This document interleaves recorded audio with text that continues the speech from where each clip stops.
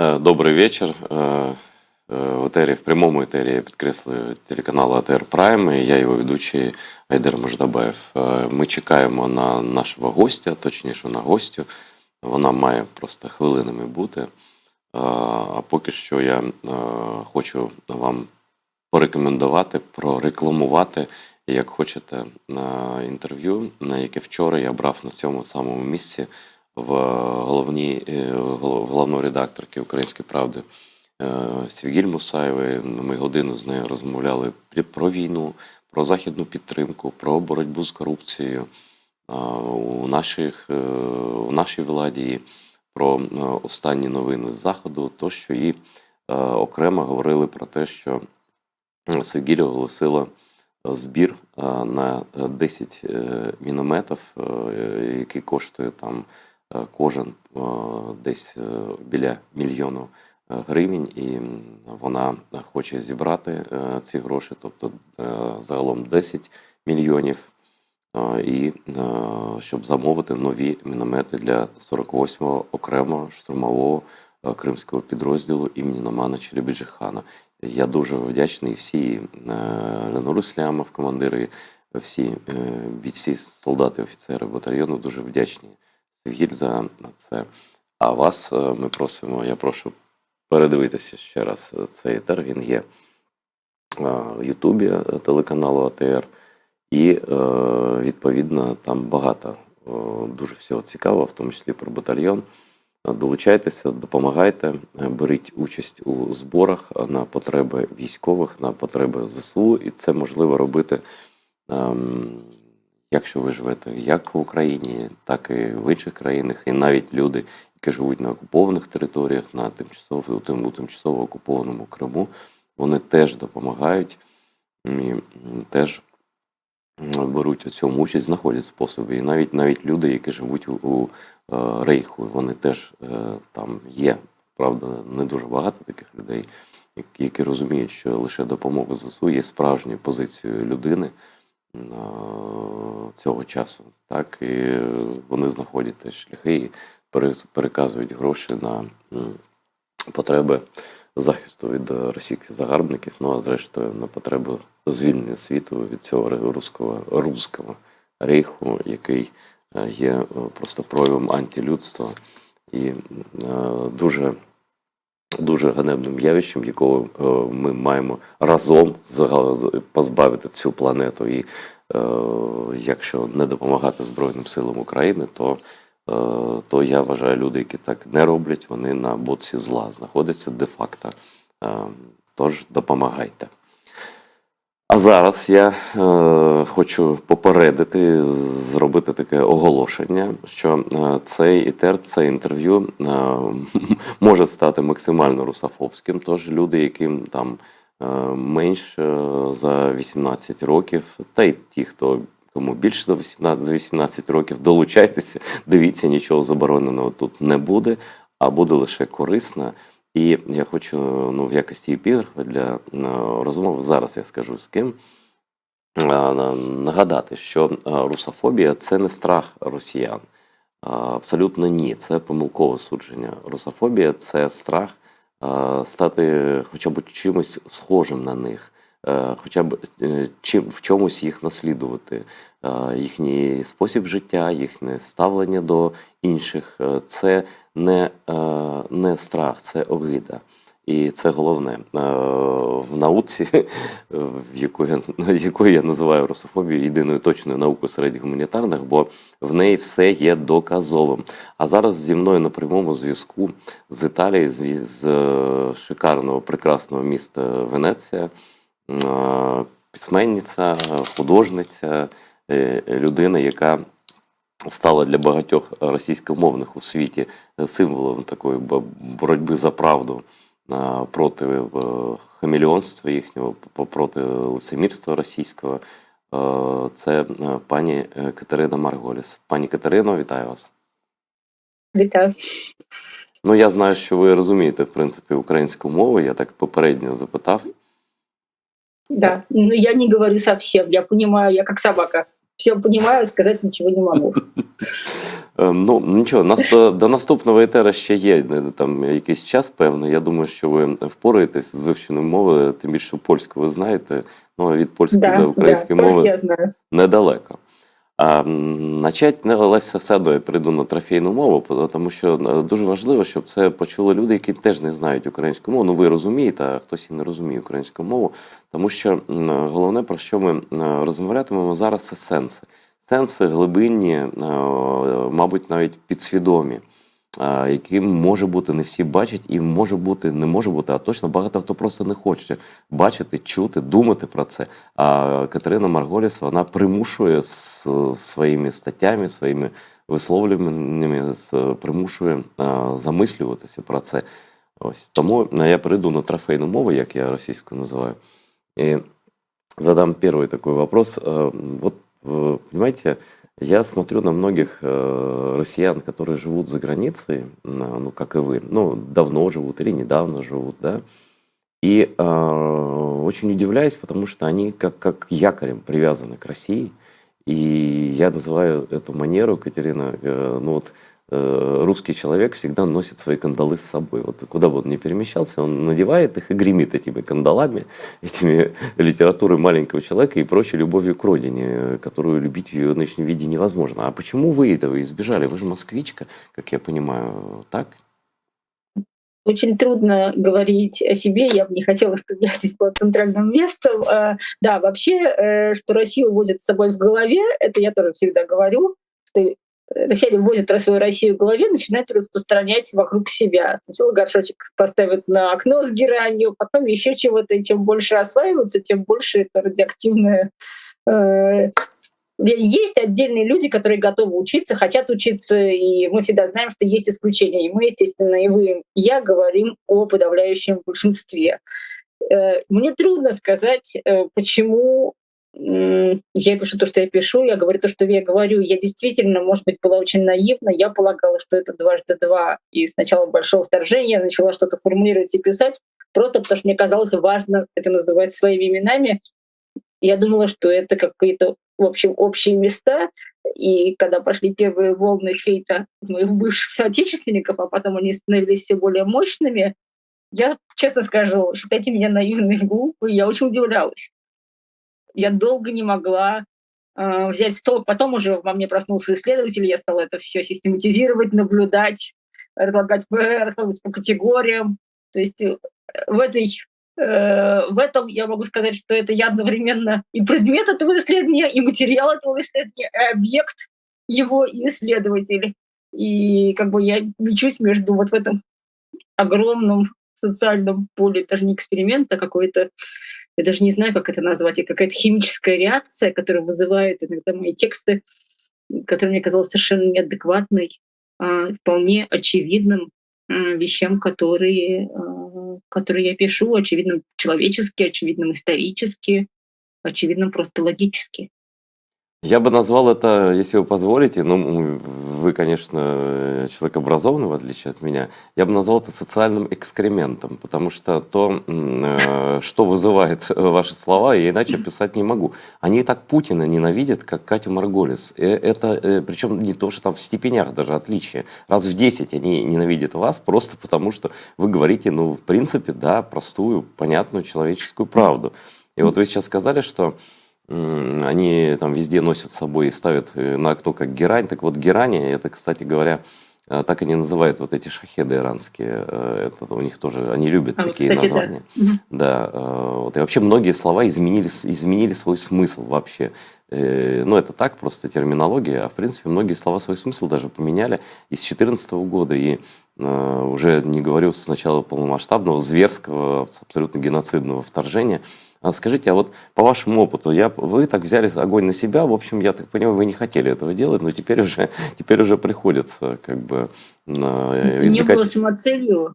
Ну да, но можно извлекать из этого теперь пользу, и я буду задавать вопросы, ответы на которые я сам не знаю, или у меня есть версии только, и я как бы хочу услышать вашу думку, там, согласны вы или нет, или ваше предположение причин. Вот скажите, почему действительно среди огромной массы людей, не путинистов, не тех, которые там даже сидят в России. Почему? Ну, во-первых, так, что вызывает в ваших словах, вот по вашим наблюдениям, их наибольшее неприятие, злость и агрессию? Ну и, соответственно, второй вопрос, вытекающий из этого, почему? Но я, естественно, над этим и над тем, и над другим много думала. Мне кажется, что здесь две вещи. Во-первых, это лагерный менталитет ГУЛАГа, который ровно рассеян по всей не только территории, а территории умов и по ментальной карте большинства жителей этой территории, потому что так или иначе в первом или втором или третьем поколении все прошли через ГУЛАГ по ту или по другую сторону колючей проволоки, и это не отрефлексированное, не понятое, не проработанная травма, она же агрессия. Мы прекрасно знаем, что травматики, в общем, агрессивные люди часто. И одно идет вместе с другим. Это, с одной стороны, ощущение себя жертвой, бесконечной жертвой всего, ощущение себя не субъектом, не вершителем своей судьбы и даже хотя бы своей личной ответственности или своей позиции, а все время, вот я про это много писала, какое-то безличное просто с нами случилось, на нас навалилось, Мгм. приехало, уехало, взяли, забрали. Как бы люди не пользуются средствами своего языка личными формами глагола.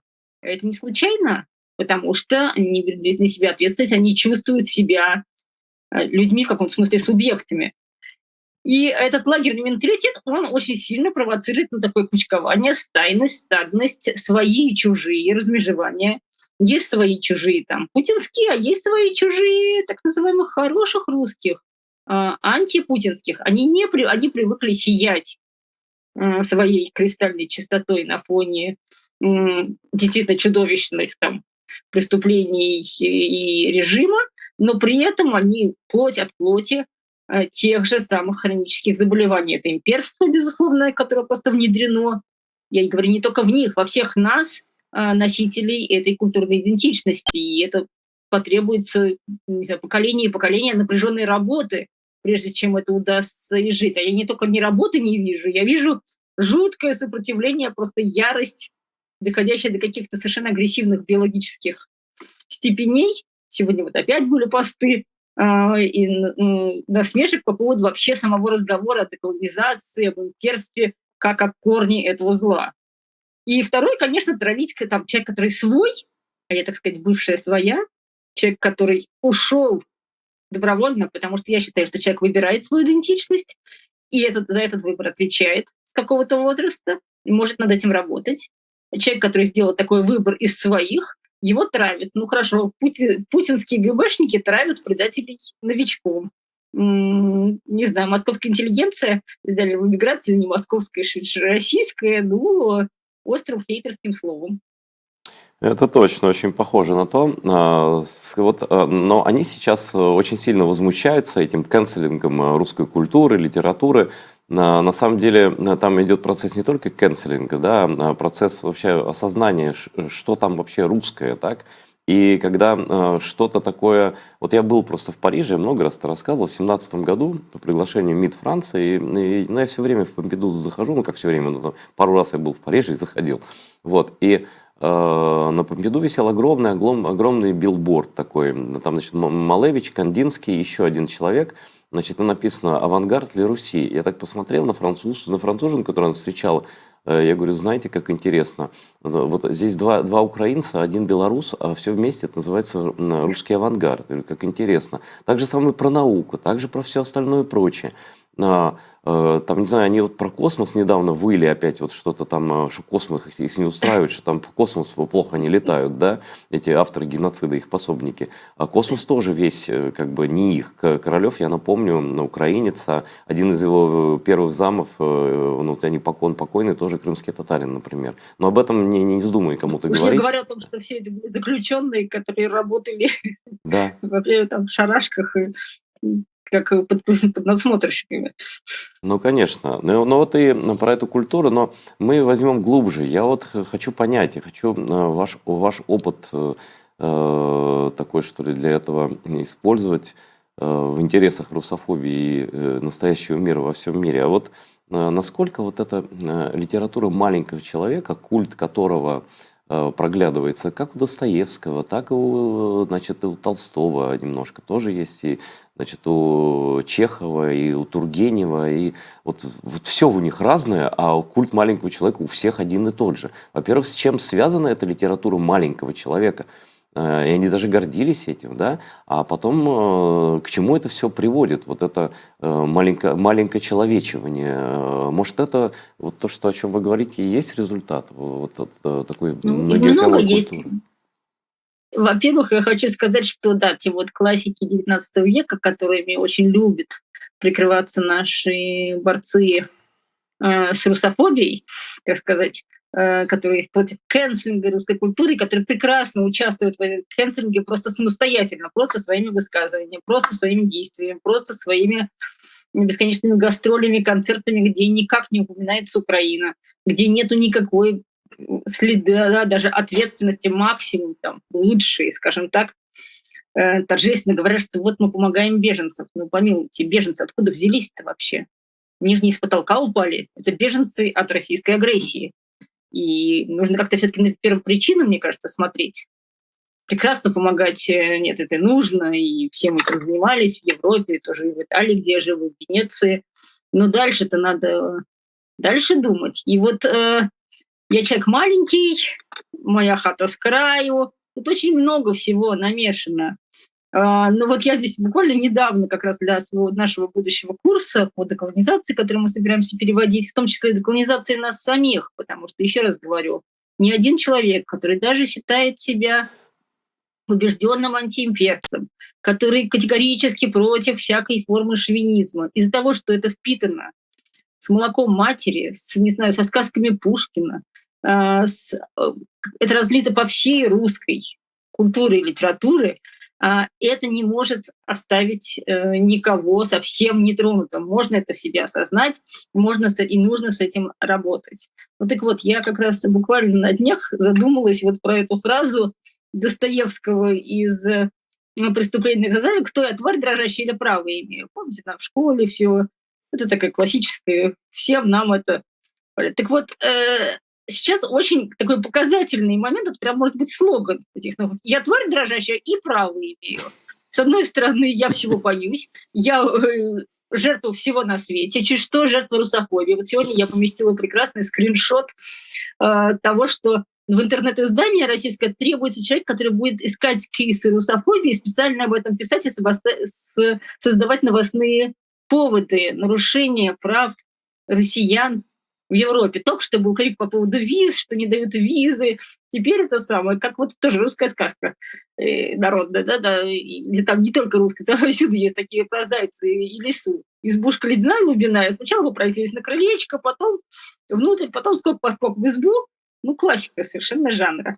Ну вот быть, наверное, тварью дрожащей и считать, что это в полном праве, это вот удивительное сочетание вот этой вот, то, что я называю агрессивной виктимности. Мы жертвы, и только попробуй нам сказать, что мы не жертвы. Сейчас мы такое тебе устроим, что мало не покажется. И вот эта задавленность, маленький человек, унижение, дедовщина, все это вещи совершенно одного порядка, из одного корня растут и уходят в глубокое детство и каждого отдельного гражданина, который имеет опыт насилия и подавления, в общем, во многом в школе, в детском саду, опыт двоемыслия. Воспитательнице скажу одно, а сам подумаю другое. Это же вообще норма.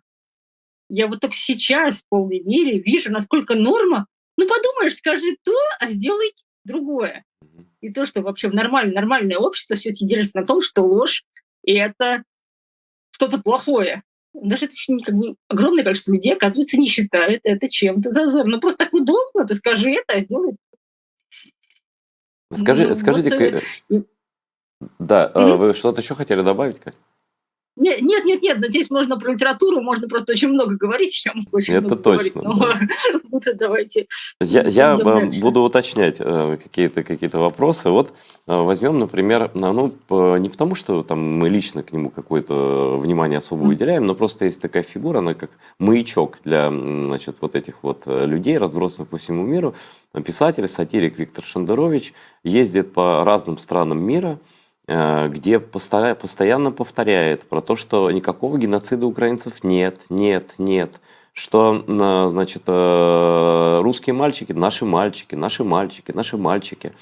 Вот я хотел бы понять, ну, кроме жажды наживы и сбора на средства пропитания там за концерты свои, зачем они это делают? Ведь, мне кажется, люди вокруг не слепые, или они все считают дураками кругом. Зачем они делают так, чтобы становиться объектом неприятия? Ну, люди просто будут, ну, кроме своих, кроме вот этой секты, все будут смотреть на них как на лжецов. Тут, в общем, ну, воспитательницу-то можно обмануть в детском саду, но не все вокруг обманываются. Да? Вот какая их мотивация отрицать очевидное? Ну, мне кажется, здесь несколько сразу вещей. Во-первых, это механизм, острый механизм самозащиты, потому что, сказав А, придется сказать Б, В, Г, Д, или Б, С, Д, И, Ф, G.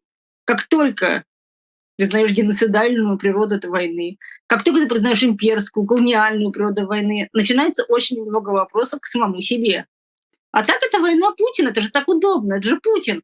Это же десятки тысяч людей с фамилией Путин воюют в Украине, а неизвестно кто, какие-то марсиане, а все россияне исключительно против, исключительно не поддерживают, если послушать, ну или какие-то отдельные поддерживают, конечно, но они одурачены пропагандой. Опять-таки, лишение людей субъектности своих мозгов. Да, это действительно во многом так, но даже лишиться своих мозгов – это часто выбор. Это выбор постепенного сползания в некритическое мышление, в удобство для себя, когда комфорт, конформизм, комфортизм, когда я называю это зона комфорта, где комфорта постепенно все меньше, а зоны все больше. Вот, и из зоны комфорта они выходить не хотят. Вот, только пропорция этого меняется постепенно. Сначала были тыквенные латы, велосипедные дорожки, все было так пригодно, мило и удобно, и жили, не замечая притеснений, не замечая вторжения в Грузию, не замечая политических заключенных. Дальше у каждого наступали свои какие-то пункты невозврата, но, естественно, 24 февраля наступило у многих. И для многих вдруг началась война. Вдруг оно случилось, вдруг оно нас отвалилось как цунами. Как только нужно будет признать и сказать, что это геноцид, что наши мальчики, это никакие не наши мальчики, как только они приводят убийцы на чужой земле. И да, все люди, они чьи-то мальчики, когда они родились, или девочки. Но только дальше человек взрослый делает свой выбор. И да, эти люди, это вот я прочла, что в среднем российский мобилизованный живет на фронте, кажется, 3 месяца, 4.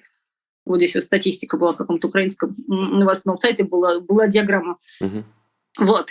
Но перед тем, как умереть совершенно бесславной смертью, эти люди еще стали убийцами.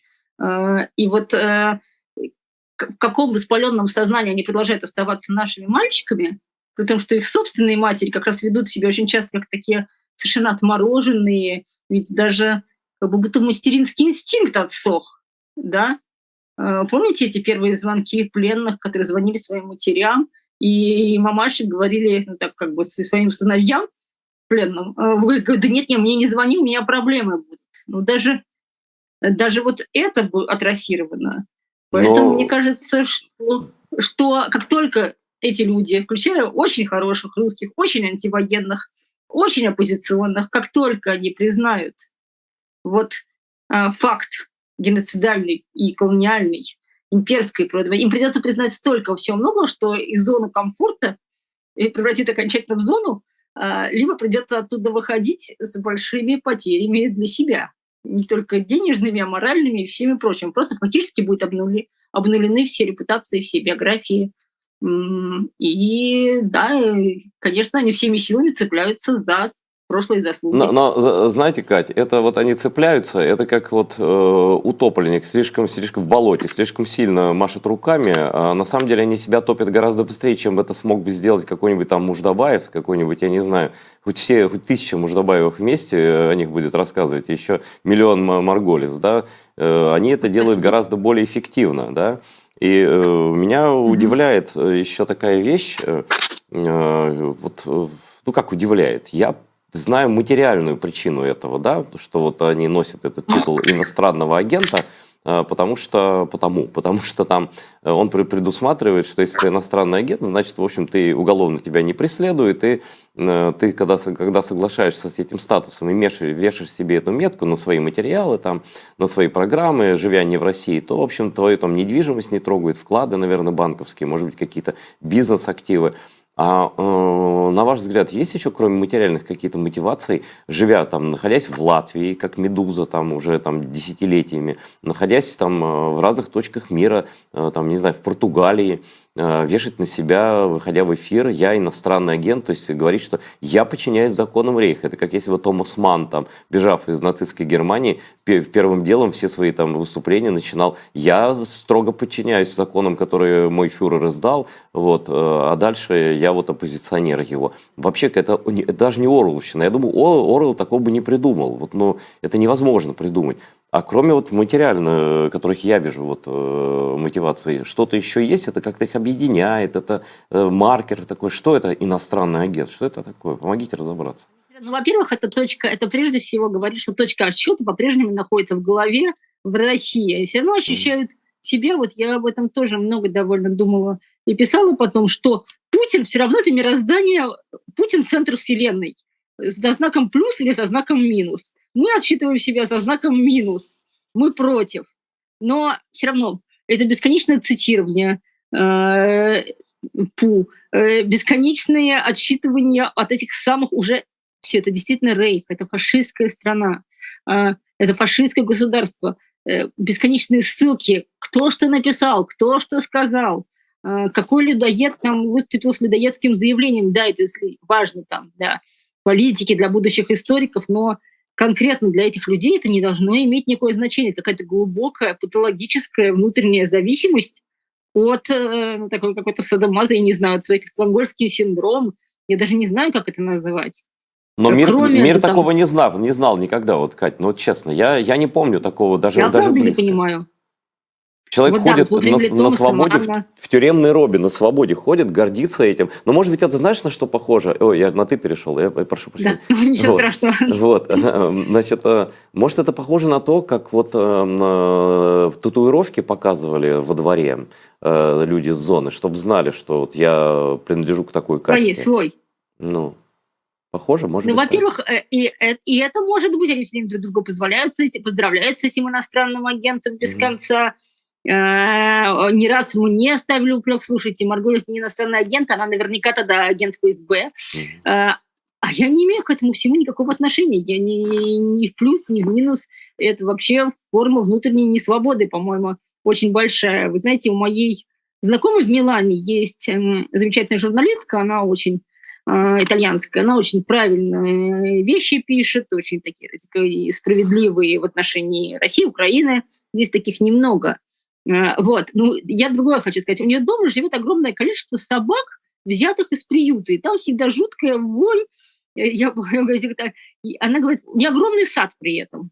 И она говорит, знаешь, это вот очень хороший пример. Эти собаки, они не научились определять свое личное пространство за пределами клетки. Они все равно, вот они могут выйти в сад и делать свои дела, бегать, прыгать, но они все равно ведут себя так, метят территорию, ведут себя так, вот свои естественные надобности отправляют ровно по периметру своей изначальной клетки в комнате, вот 2 на 2. И я вот подумала, что это очень точная метафора, боюсь. Интересно. Еще вот тоже вопрос, который мне тоже нет ответа, и я пока не понял, но вы, может быть, и уже нашли ответ. Почему столько людей, которые имеют все возможности и основания не считать себя россиянами, русскими, люди еврейского, армянского, азербайджанского происхождения, тут даже можно до бесконечности дальше можно продолжать на название разных других народов, да, не имея там часто ни капли даже русской крови, если такое понятие в принципе существует, поскольку русскими записывали всех, там и мне предлагали, всем предлагали, и вам, наверное, предлагали русское записаться, всем предлагали записаться русским, да? Про это тут давно не идет речь, да, вот. Значит, почему, и находясь даже за границей, они все равно говорят, я русский, и ассоциирует себя именно вот, то есть проще всего, ну, для нормального человека сказать, да вообще это что-то ужасное, это надо вообще уничтожить, эту болезнь. И вместо того, чтобы кричать я, это часть этой раковой опухоли, посмотрите на меня, как я уродлив, как я ненормален. Что это такое вообще? Ну, смотри, здесь есть две такси. Одна есть такая действительно ощущение себя, ну, поскольку в их голове, во многих этих людях, я всегда говорю, что имперство свойственно в равной степени интеллигенции, путинскому контингенту, ГБ, самым простым людям. Как бы это болезнь, которая болеет все общество. Это как, ну вот оно передается совершенно независимо, оно не выбирает.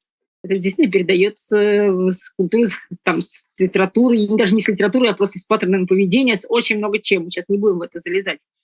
И ощущение, вбитое какой-то изначально приверженности чему-то великому, э, сидит в голове вопреки очевидным фактам, что хочется представлять что-то сильное, большое.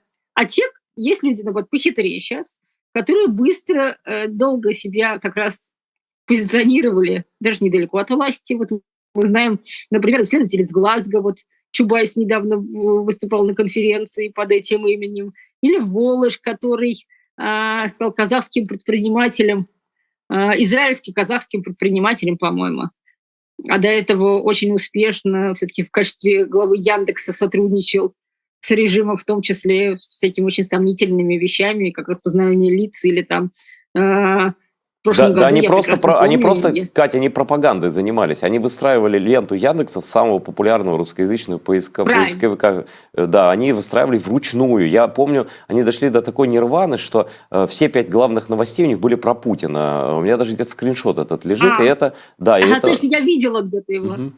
Это не шутка, это не коллаж. И они приоритеты Мгм. давали пропаганде там. Они ничего типа не запрещали. Конечно. Да.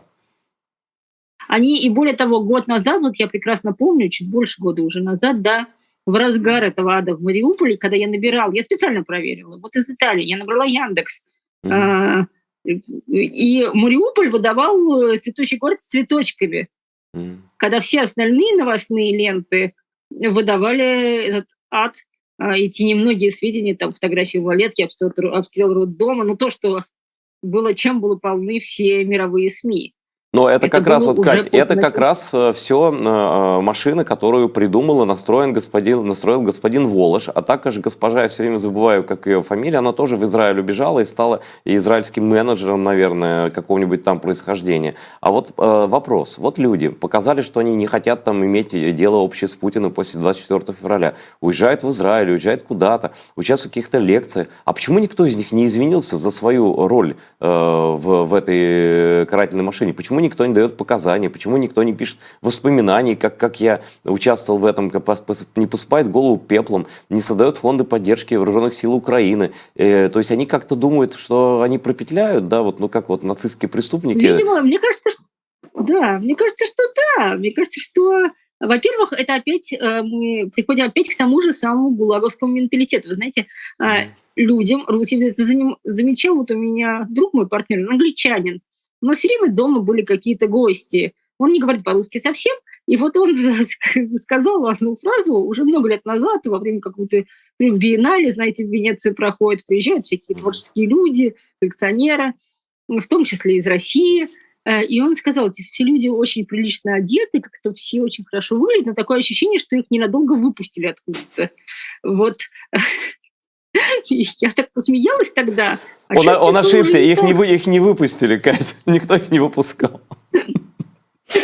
А сейчас мне стало как-то уже не так смешно, и я стала действительно думать, что вот эта часть этого же... И мы они никогда не говорят sorry почти, там, что извиниться, ну, в лагерных понятиях, да, это дать слабину, показать уязвимость. Значит, сразу ты можешь быть подвержен дополнительным каким-то издевательствам, унижениям. Это же все внутри такое. Это то, что Шаламов описал, и не только Шаламов, но Шаламов как главный, наверное, вообще главный писатель не о ГУЛАГе, а о России 20 века точно. Это все то же самое. Как только ты говоришь, что ты о чем то жалеешь, что ты виноват, что ты просишь прощения, все, ты как опущен, ты унизил себя, ты уязвим, теперь с тобой делай, что хочешь, ты должен быть абсолютно такой непробиваемая броня. Это такая защитный Катя, но самозащита. Во-первых, они находятся в Израиле, в Америке, в Польше, это в в Канаде. голове. Это в голове. Это в голове. Извиниться очень трудно. Вообще-то, ну, для нормального человека, выросшего в каких-то нормальных представлениях, ну, мне кажется, что даже и в семьях, это от семьи во многом идет, но все-таки, да, извиниться бывает очень трудно, трудно признать ошибку, трудно иногда ее увидеть даже. Но уж когда она очевидна, ну, как-то хочется исправить, назад не вернешь, слово не воробей, там, да и у меня сплошь и рядом такие вещи тоже бывают.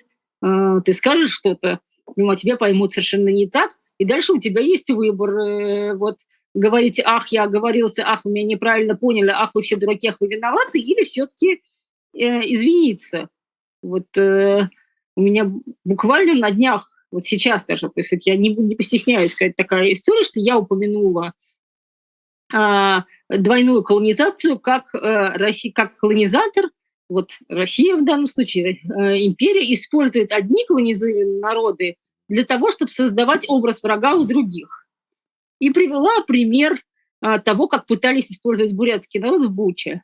Потом вышли расследования «Нью-Йорк Таймс», уже известно досконально, кто совершал преступления, какие военнослужащие, каких частей. Совершенно это не буряты. Но этот образ очень хотелось создать. И вот я ровно то же самое, что я сейчас вам говорю, сказала по-другому. Как-то неудачно. Так что получалось, что действительно каким-то образом это были буряты. Вот сейчас, естественно, на меня обиделись. Я написала извинения под этим постом, я написала извинения под видео. И все равно я понимаю, что я невольно имею в виду абсолютно другое. Задело огромное количество людей, которые действительно жертвы колониальной политики Кать, России. жертвы это жертвы, конечно, да, но слишком арифметически много добровольцев, я подчеркиваю, наемников, то есть оттуда едет. Вот почему-то монголы не едут, хотя тоже могли бы поехать в Россию, завербоваться. Вот монголы, такой, часть того же народа, это же один народ, без всяких там преувеличений. Бурят монгольский раньше назывался, это СССР и так далее. Вот они-то не едут убивать, они нормально себя ведут. И эти едут, да, и они не Ну, только жертвы, я смотрите, думаю. Айдар, я хочу сказать, что вот наше с вами положение здесь немножко разное. Вы представитель, да, в любом случае, вы есть вы, но вы представитель крымско-татарского народа, который ущемляли все со своей историей. Помимо того, что вы это вы, за вами вот это правда. За мной совсем другая история. Я часть московской интеллигенции во многих поколениях.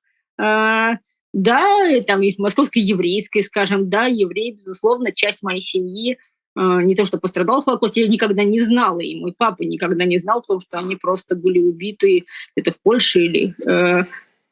Вот, но тем не менее мы жили как с идеей, что вот мы вот московская интеллигенция не потому, что это такой какой-то снобизм, а потому что вот нас так воспитывали. Действительно потребовалось большое усилие, оно требуется по-прежнему, чтобы увидеть чуть-чуть себя со стороны, как это выглядит в глазах других, как мы привыкли себя вести, что мы привыкли говорить, какие нарративы транслировать.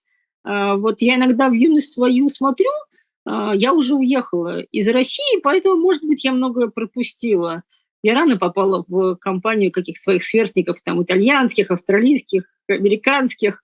И, может быть, в юности ты учишься легче просто, и какие-то вещи тоже незаметно. Мне сейчас не кажется совершенно смешно то, что кажется смешным вот моим бывшим личным знакомым, соратникам, соотечественникам. Сейчас у них самое большое веселье — это посмеяться над тем, как смешно имперство, что это за деколонизацию мы тут придумали, и так далее, и так далее. Это повод для нескончаемых шуток.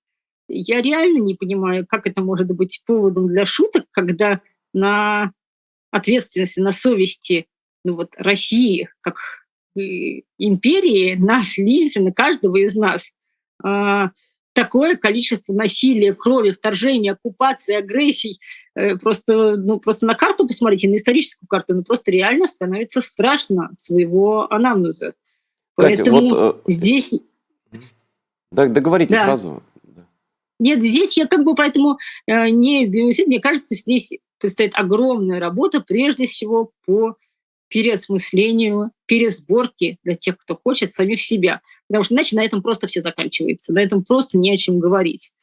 Представители вот фашистской страны с таким анамнезом, которым еще сейчас, в разгар геноцида в Украине, смешно от того, что мы обсуждаем какую-то колонизацию, я не знаю, о чем еще говорить. Но вообще, я знаю единственного, условно говоря, русского, который извинился, причем не за себя, а за своего деда. Это такой публицист, не знаю, чем он сейчас занимается, по-моему, в Америке преподает, Василий Гатов. У него отец руководил операцией НКВД по депортации, ну, по уничтожению крымско-татарского народа.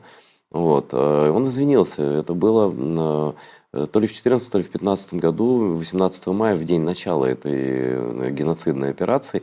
Ну вот я такого больше, правда, не видел. Почему я это помню? Потому что я больше ни одного извинения ни от кого не слышал. И для меня это была вот такая немножко отрыв. То есть было сильно неожиданно, да, что он, его дед, как бы многие там ордена хранят там на подушечках, да, как-то их оправдывают, а Василий нашел в себе силу. Но это вот как раз исключение, которое подтверждает правило. Еще вот я хочу глобальный вопрос. Вы помните, он единственный. Да. Хочу глобальный вопрос с вами обсудить. Ну, как глобальный? Ну, он глобальный, потому что действительно по всему миру расползлось. Вот Путин, на мой взгляд, нетипичный диктатор. Когда про него говорят диктатор, я считаю, что это не совсем к нему подходит.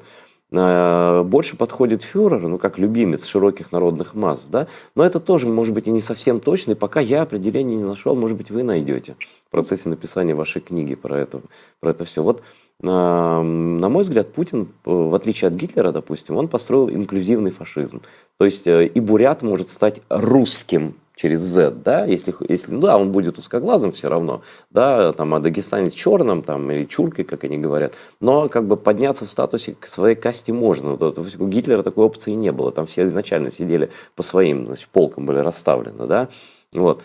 И второе, Путин построил ГУЛАГ, или как угодно назовите это, ГУЛАГ, Рейх, там, без забора, то есть это тюрьма без забора. Нет, за границей открытой, информация вся практически доступна, да, люди практически все образованы, да, и репрессий нет. Но я напомню, что вот по уголовным именно делам, я не беру всякое хулиганство и так далее, но это именно уголовные дела, связанные с политическими преследованиями, всего в целом россиян осуждено, по-моему, в 5 или в 10 раз меньше, чем крымских татар осуждено российскими же судами. Вот, но я сравнивать не буду 300 тысяч людей в Крыму и 40 миллионов людей в России, да? Тут процент вообще несоизмерим, да? Как Путину, какие он механизмы включил, вот, что ему удалось построить этот рейх или ГУЛАГ без стен? Знаете, мне кажется, что там активизировано огромное количество внутренних механизмов, которые человек с таким анамнезом, человек с таким прошлым, с таким ущербным явно детством, с ущербным самосознанием, мальчик из подворотни, явно с проблемной семьей, я там, ну и так далее, которые воспитывали какие-то воровские авторитеты, которые потом пропихнули в школу ГБ. Ну, после ГБ уже говорить не о чем. Человек с таким извращенным ГБшным сознанием, где весь мир только враги, и мы, где есть только интересы, агенты, где нет никаких ценностей, где нет никакого абсолюта, где все. Но он не проводит массовых репрессий, Катя, как Сталин, нет, например, или как Гитлер. Нет, именно поэтому я хочу сказать, он узнает это безошибочно в других людях и умеет активизировать. Поскольку я с этого начала, гулаговский менталитет, вот это вот ГБшное здраво, все это имперство, оно так глубоко сидит, оно сидит в той или иной степени в каждом, как сидят там у нас животные инстинкты, агрессия, много чего в человеке сидит не самого достойного. Дальше это можно активизировать, выпустить наружу, или цивилизация это как-то контролирует и учит нас контролировать, да? Мы все наши инстинкты, физиологические надобности и прочее делаем прилюдно и всего прочее. Так вот, уметь активизировать, это надо, это хорошо распознать в своем народе, знать, что это, безусловно, есть. Для меня, опять-таки, вам может это показаться очень глупым и наивным с моей стороны, я взрослая тетенька. Для меня 2014 год был абсолютно откровением. Я не понимала, что люди там говорят про... Ну, я уже давно жила в Италии к этому моменту, 10 лет. Что там люди говорят про поднятие с колен.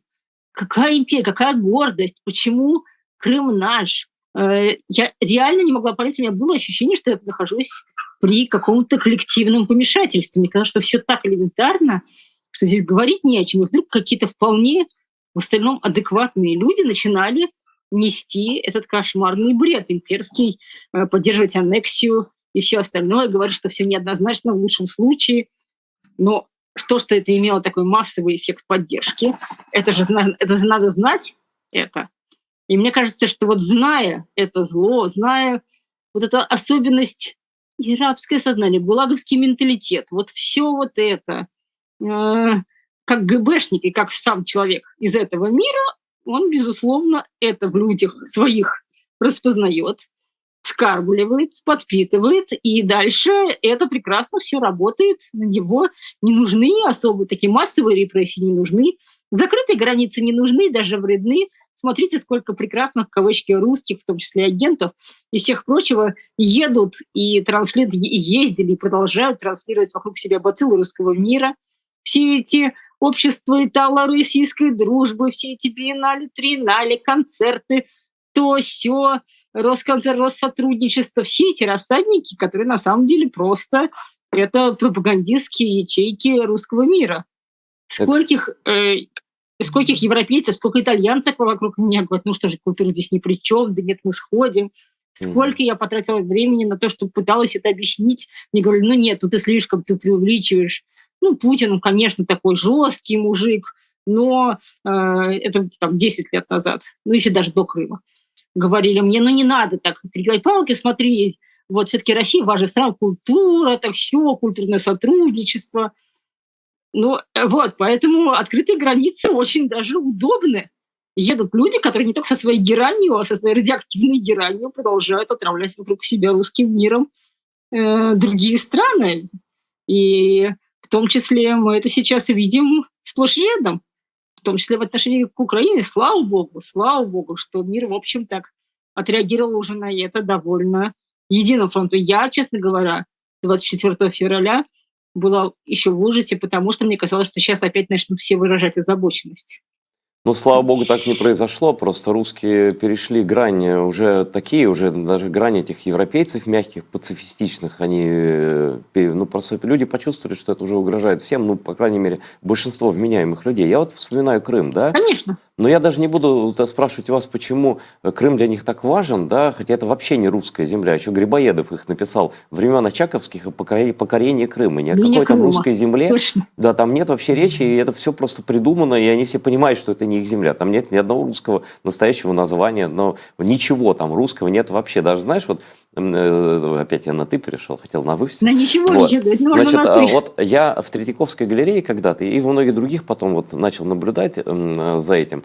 На всех пейзажах Крыма, написанных неважно кем, нет никогда ни одного русского человека. Вот если присутствует, ну, даже маленький, большой, там их просто нет. Ну, то есть художники не врали сами себе, даже имперские художники, они понимали, что там их нет. Что у них на всех картинах крымцы, там, ну или в крайнем случае греки, если же они не хотели крымцев рисовать. Или как у Волошина нет никого, просто такая пустыня. Ну да. Но потом, да, к современности немножко. Вот сейчас у нас сидят в тюрьме, значит, один адепт крымнашизма Навальный, который своей фразой «Крым не бутерброд» дал выдохнуть всем, кто был типа против Путина и сомневался, а вообще как это, оккупация Крыма. А он такой сказал: ребят, ничего, нормально, все остаемся на местах, это не на, то есть это допустимо, да, это преступление, но это все в нашу пользу, типа, значит, мы не вернем. Но сейчас об этом никто не вспоминал, как никто за это и не извинялся. Значит, дальше.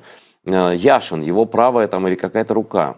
Я шепчу, что он был там начальником призывной комиссии военкомата, откуда людей в Украину тогда еще наемников отправляли, да, и он почетные грамоты там получал и так далее, но он лично, я его лично просто хорошо знал.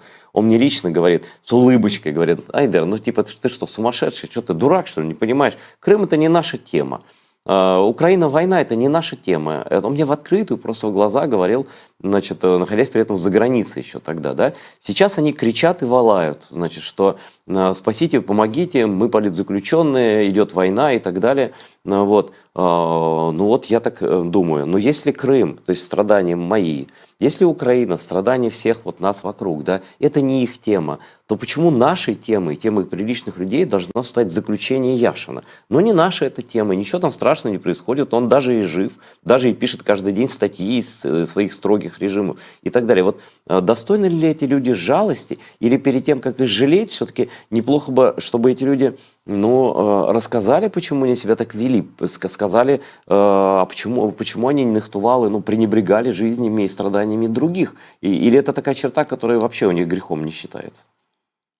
Ну, знаете, мне рассказывала одна французская вот моя знакомая, что она как раз даже близко общалась со многими представителями российской оппозиции, тоже довольно давно, в десятых годах, до Крыма. И она говорила, вот смотрите, вы вот боретесь против того-то и того-то. Вот смотрите, вот народы там такой-то страны тоже борются, там, неважно, в Латинской Америке или в Африке, или еще где-то, вот тоже борются с похожими вещами. Вот вы не хотите выразить солидарность, как-то заявить о поддержке?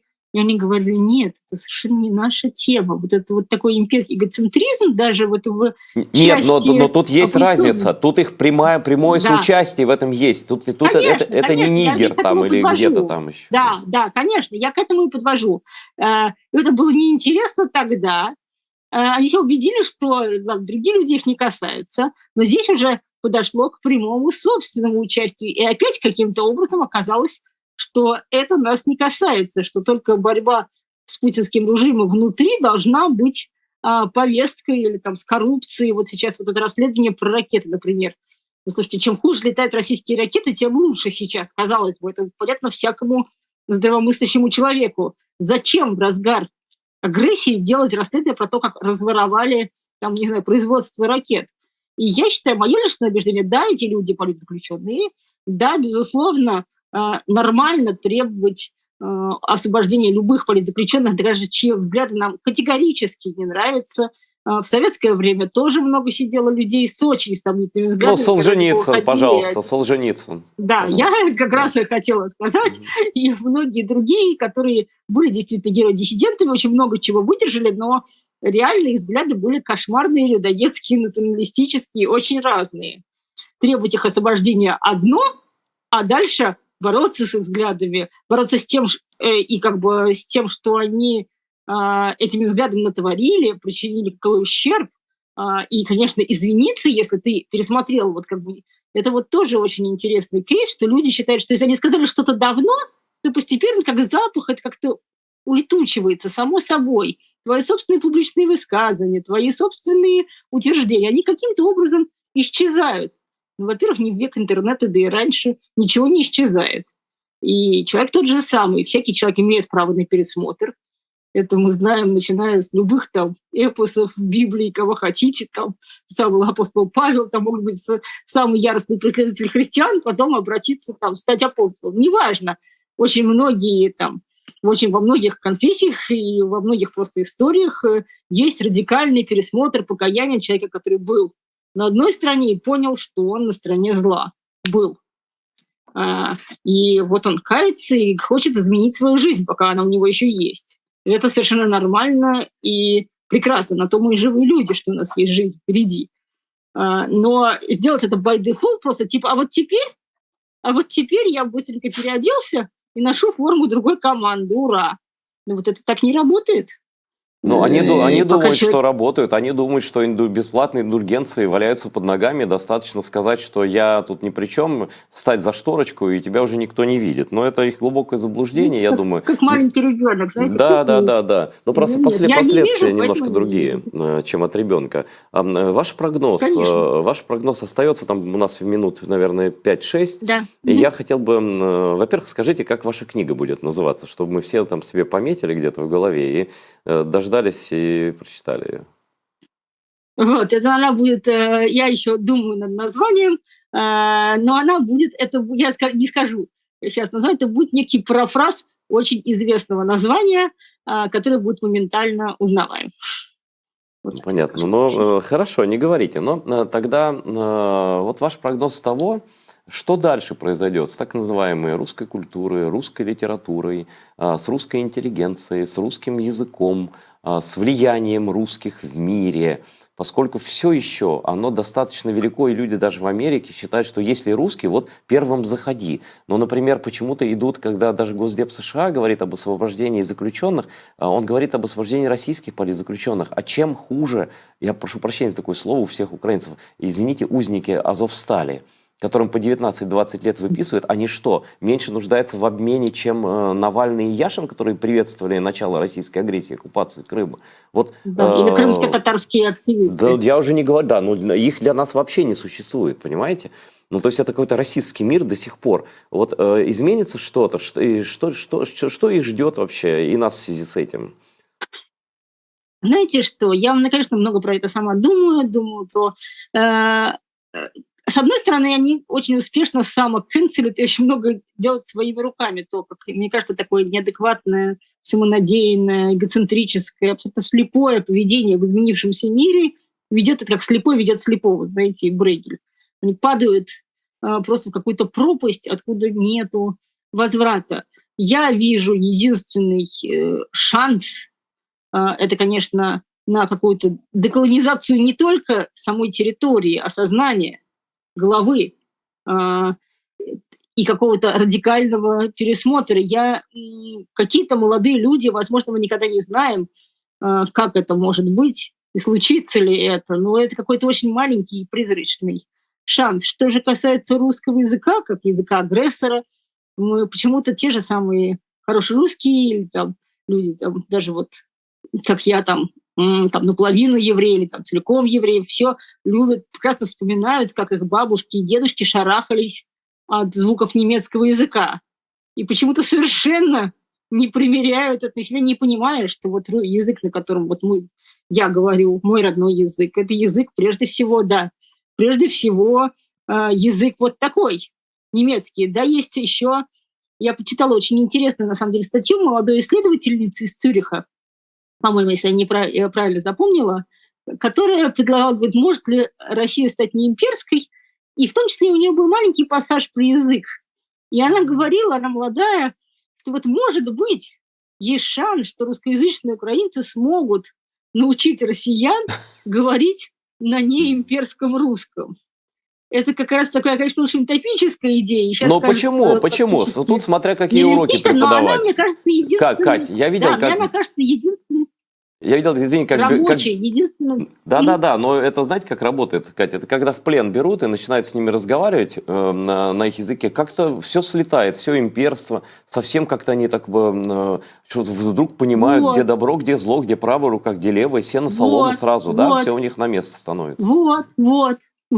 Поэтому мне кажется, что эта идея, может быть, кажется утопической, но она совсем не глупая. Но И что, смотрите, Кать, возможно, это за этим будущее. мало времени остается, но вот еще одно хотел уточнить. Ой, я даже не знаю, как это точно сформулировать, но да, лучше коротко спрошу. Возможно или нет это прекрасная Россия демократическое будущего? Да, да или нет? И потом, вот в отличие от немцев, было куда возвращаться. К философии, там, к литературе какой-то свободной и так далее. А русским-то куда возвращаться? Они начались 500 лет назад с резни в Казани, когда, откуда слово «кацап» пошло, мясник. Вопрос России, прекрасная Россия будущее в нынешних границах, в нынешнем имперском статусе невозможно. Это мое глубокое убеждение. А, Куда возвращаться? Не очень понятно, зачем нужно возвращаться. Можно что-то переосмыслив, можно понять, из чего можно что-то строить. Что гнилое бревно совсем, а от чего можно какой-то чурбачок или чего-то отрезать и Но что-то где здоровое, начать хорошо, где делать. здоровое вот это бревно? На каком пеньке строить это здание? Вот что здорового-то было за последние 500 лет? Мне кажется, что это очень трудно сказать, но мне видится в том, что в том, чтобы учиться, прежде всего, способность учиться, вот учиться у других, слышать другого, слышать голос другого, видеть себя в глазах другого. Мне кажется, что вот единственный шанс вот для русских, и это такой, в том числе в глазах колонизированных народов и жертв россиян, которыми нужно увидеть себя. Это крайне неприятная процедура, я вам скажу.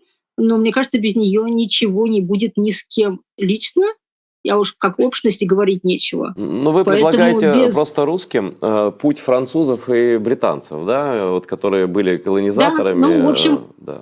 да, я предлагаю ровно этот путь. Там есть свои, безусловно, особенности, но ничего особенного. История, правда и будущее за этим. Это абсолютно однозначный вектор. Это все пережиток какой-то глубокой отсталости империи в 2023 году. Поэтому все равно вектор такой. И от этого никуда не делать. А вот что можно делать? Можно и нужно это приближать, потому что никакие достижения цивилизации не происходят естественным путем. Еще Ханна Аренд это говорила, Дорогая что Катя, мы к сожалению, очеловечиваем. времени у нас больше нет. Я бы с вами еще часов Да, 18 поговорил. Я думаю, мы этот разговор продолжим. извините. А пока я благодарен вам за то, что вы нашли время поговорить. Удачи вам в написании Спасибо книги. вам. Наконец-то кто-то за это взялся. Русский рейх будет разрушен, в том числе нашими з вами усилиями. Помагайте Збройним силам України, допомагайте один одному, бережіть близьких своїх. Крим, Сербія, Столаджак і дивіться АТР далі.